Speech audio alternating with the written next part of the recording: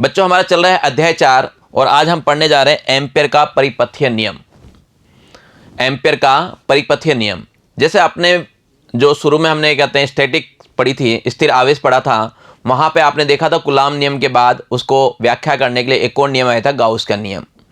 Coulomb नियम जहां नहीं लगा पा रहे थे वहां पे गाउस का नियम लगा था और गाउस का नियम लगाते ही कुछ प्रश्नों को बिल्कुल आसानी से हल कर सकते थे। ठीक वैसे ही यहाँ भी वही चीज़ है, जहाँ पे आप क्या कर सकते हैं, बायो सावर्ट का नियम नहीं लगा पा रहे हैं, वहाँ पे क्या कर सकते हैं आप, यहाँ एम्पियर का नियम लगाया जा सकता है। और एम्पियर के नियम के अनुसार क्या है वो देखिए, कॉपी पेन लेके बैठ गए होंगे, हेडिंग डालिए एम्पियर का नियम या एम्पियर का परिपथीय नियम, एम्पियर सर्किट लॉ। ओके, देखिए इस नियम के अनुसार किसी बंद पथ के अनुदेश चुंबकीय क्षेत्र का रेखीय समाकलन, चुंबकीय क्षेत्र का रेखीय समाकलन या परिसंचरण उस बंद पथ से पारित धाराओं के बीजगणितीय योग तथा निर्वात की पारगम्यता गुणनफल के बराबर होता है। बंद समाकलन इस तरह का होता है, रेखीय समाकलन होता है, और एक बंद पथ ले लिया, ठीक है। वहां पे उन्होंने क्या कहा, चुंबकीय क्षेत्र का है ना किसके बराबर हुआ, ये अपन ने बी वेक्टर डॉट क्या लिया, डी एल वेक्टर लिया। इसका मान जो होगा वो क्या होगा, चुंबकशीलता लेते हैं ना चुंबकीय निर्वात का, तो निर्वात की पारगम्यता यानी μ0 और कुल बहने वाली धाराओं का योग। शॉर्ट में अगर धारा कुल आई है तो शॉर्ट में आप ये लिख सकते हो, ठीक है। कहने का मतलब क्या है, यहाँ पे भी एक पथ का चुनाव किया जाता है, जैसे ये है, तो हमने क्या किया, कोई से भी एक पथ का चुनाव किया, जैसे ये वाला है, अपन ने क्या किया, यहाँ पे एक पथ का चुनाव किया, ये पथ क्या कहलाएगा, एम्पियर पथ होगा, ठीक है।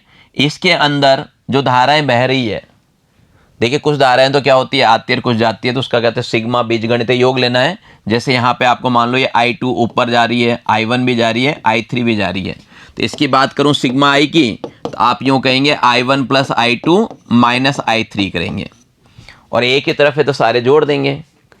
तो इस पथ के अंदर जो बंद पथ है, इसके अंदर जो कुल धारा आएगी वो, और μ0 से गुणा करेंगे तो ये क्या होगा, रेखिक समाकलन बंद समाकलन BDL के बराबर होगा, ये कहते हैं।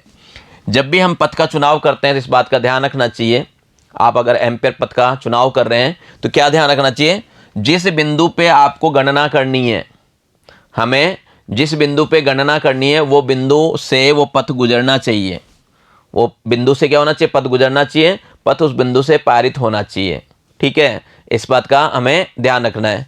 पथ का चुनाव ऐसा ही करना चाहिए जिससे क्या हो, गणनाएं आसान हो जाए। कभी भी पथ का चुनाव ऐसा मत कीजिए गणनाएं और कठिन हो जाए, ठीक है। पथ का चुनाव ध्यान रखेंगे करते वक्त। तो कुल मिला के हम ये कह सकते हैं कि ये सूत्र आपका ये बनेगा, चुंबकीय क्षेत्र के पदों में निर्वात में एम्पियर नियम की बात करें, किस में बात कर रहे हैं, निर्वात की। यहाँ पे जो बी है उसको चुंबकीय क्षेत्र कहा जाता है, सिग्मा आई उस बंद पथ से पारित धाराओं का क्या है, बीजीय योग है, और μ0 निर्वात की क्या है, चुंबकशीलता है, ठीक है। तो ये सूत्र को याद रखेंगे, बड़ा काम का सूत्र है, जहाँ कहीं बायो सावर्ट का नियम नहीं लग पाता है वहाँ इनका हम प्रयोग करते हैं। अगर आप चुंबकन क्षेत्र के पदों में निकालना चाहते हैं तो हम ये वाला सूत्र लगाएंगे। सबसे पहले तो अपने को ये पता होना चाहिए, जो चुंबकन क्षेत्र होता है H, उनका आपस में रिलेशन क्या होता है, तो इसको याद रख लीजिए, B बराबर H μ0 होता है, ठीक है। अब अपन ने क्या किया, पुराने वाले सूत्र में B का मान रख दिया, ये हल कर लिया, तो ये फॉर्मूला बन जाएगा, क्योंकि μ0 से μ0 क्या हो गया, कैंसिल हो गया। अगर हम निर्वात की जगह क्या करें, माध्यम लेना चाहते हैं तो जहाँ जहाँ μ0 है वहाँ क्या करेंगे, म्यू लिख देंगे, ठीक है। तो ये पहला सूत्र बन जाएगा आपका, निर्वात की जगह अगर आपने माध्यम लिया तो दूसरा बन जाएगा। क्लियर ये बात, इसमें तो था ही नहीं इसलिए कोई खास फर्क नहीं पड़ा इसमें। ये जो अपने पास है इस तरह का समाकलन, रैखिक समाकलन, ये बंद समाकलन कहलाता है, पथ का बंद समाकलन होता है, इसका मतलब ये है, ठीक है। इसको हम चुंबकन क्षेत्र का रेखा समाकलन या चुंबकत्व वाहक बल भी कहते हैं, और जिसका मात्रक होता है वो कितना होता है, एम्पियर होता है। इसका मात्रक क्या होता है, एम्पियर होता है। देखिए ये बात ध्यान रखना, ये जो अपने पास चुंबकीय क्षेत्र का परिसंचरण के मान को क्या कह रहे हो आप, चुंबकत्व वाहक बल कहते हो, और जो एम्पियर का नियम है बायो सावर्ट नियम से इसको बनाया जा सकता है, और बायो सावर्ट का नियम है वो क्या कर सकते हैं, एम्पियर के नियम से बना सकते हैं, यानी दोनों के क्या है, तुल्य हैं, एक दूसरे के क्या है, तुल्य हैं, हम सूत्र को बना सकते हैं, ठीक है, इनका व्युत्पन्न कर सकते हैं। बात करें हम कि एक बार व्युत्पन्न करके देखें कैसे करें, व्युत्पन्न कैसे होगा करके देखें। क्या एम्पेयर का नियम सत्य था, तो उसको भी हम पहचान सकते हैं। देखिए आपने क्या देखा, एम्पेयर का नियम आपने ये देखा कि समाकलन बी डी एल बराबर म्यू जीरो सिग्मा आई होता है। इसको हमें प्रूफ करना है। हमें क्या करना है, इसको प्रूफ करना है कि यही होता है कि समाकलन बी डी एल बराबर म्यू जीरो सिग्मा आई। इसको प्रूफ करना चाहते हैं, तो इसको प्रूफ करने के लिए हम क्या करते हैं, ऐसा करते हैं, एक लंबा तार ले लो, सीधा ले लेते हैं, ज़्यादा ठीक रहेगा। सीधा लंबा तार ले लिया, ठीक है। यहाँ पे हमने क्या किया, एक पथ का चुनाव कर लेते हैं। एक वर्ताकार पथ का ये चुनाव कर लिया। ये अपने क्या किया, वर्ताकार पथ ले लिया। यहाँ पे कोई एक बिंदु लिया, इस बिंदु से r दूरी पे एक और बिंदु लिया जहाँ पे हम गणना करना चाहते हैं, ठीक है, चुंबकीय क्षेत्र की गणना करना चाहते हैं। यहाँ पे कोई भी एक बिंदु ले लिया, r दूरी पे ले लिया, ठीक है। अब क्या करना है, ये देखिए, इसका मैंने मान लिया इसमें धारा जो बह रही है ऊपर की ओर बह रही है। जब धारा ऊपर की ओर बह रही है तो चुंबक क्षेत्र किधर होगा, देखिए मुड़ी हुई उंगलियां दिखाएगी ना, तो चुंबकीय क्षेत्र किधर होगा, इस दिशा में आएगा, है ना, इस दिशा में आएगा। ये बी इस दिशा में आएगा। एक अल्पांश की बात करूं तो अल्पांश ये हो गया मेरा, एक अल्पांश ले लिया।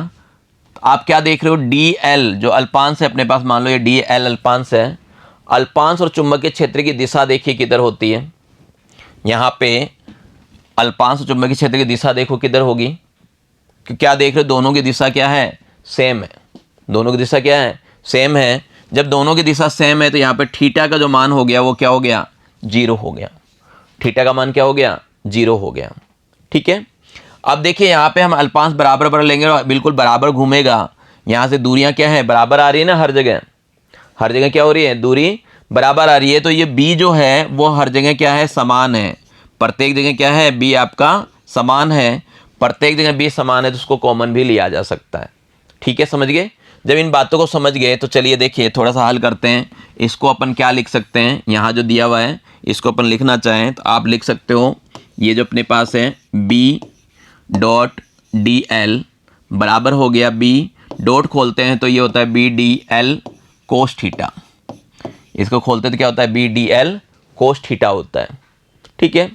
यहाँ पे देखिए अभी आपने बताया, आपने खुद ने कहा कि थीटा का मान क्या था, तो थीटा का मान कितना था, जीरो था, ठीक है। थीटा का मान क्या था, जीरो था।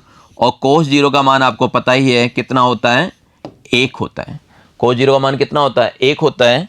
तो कुल मिला के बात ये हो गई, ये आ गया आपके पास, फाइनली आप यहाँ पे आ गए बी डी एल पे, ठीक है। ये आ गया अपने पास बी डी एल हो गया।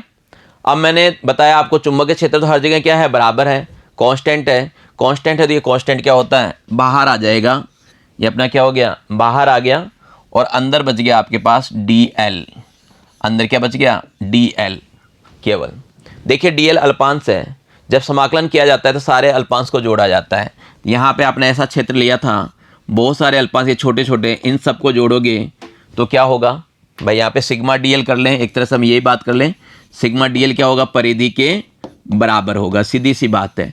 यहाँ से समाकलन का निशान हटाऊंगा तो ये क्या होगा, परिधि के बराबर आएगा, बी इंटू 2πr। अब आपको क्या होना चाहिए, सूत्र पता होना चाहिए।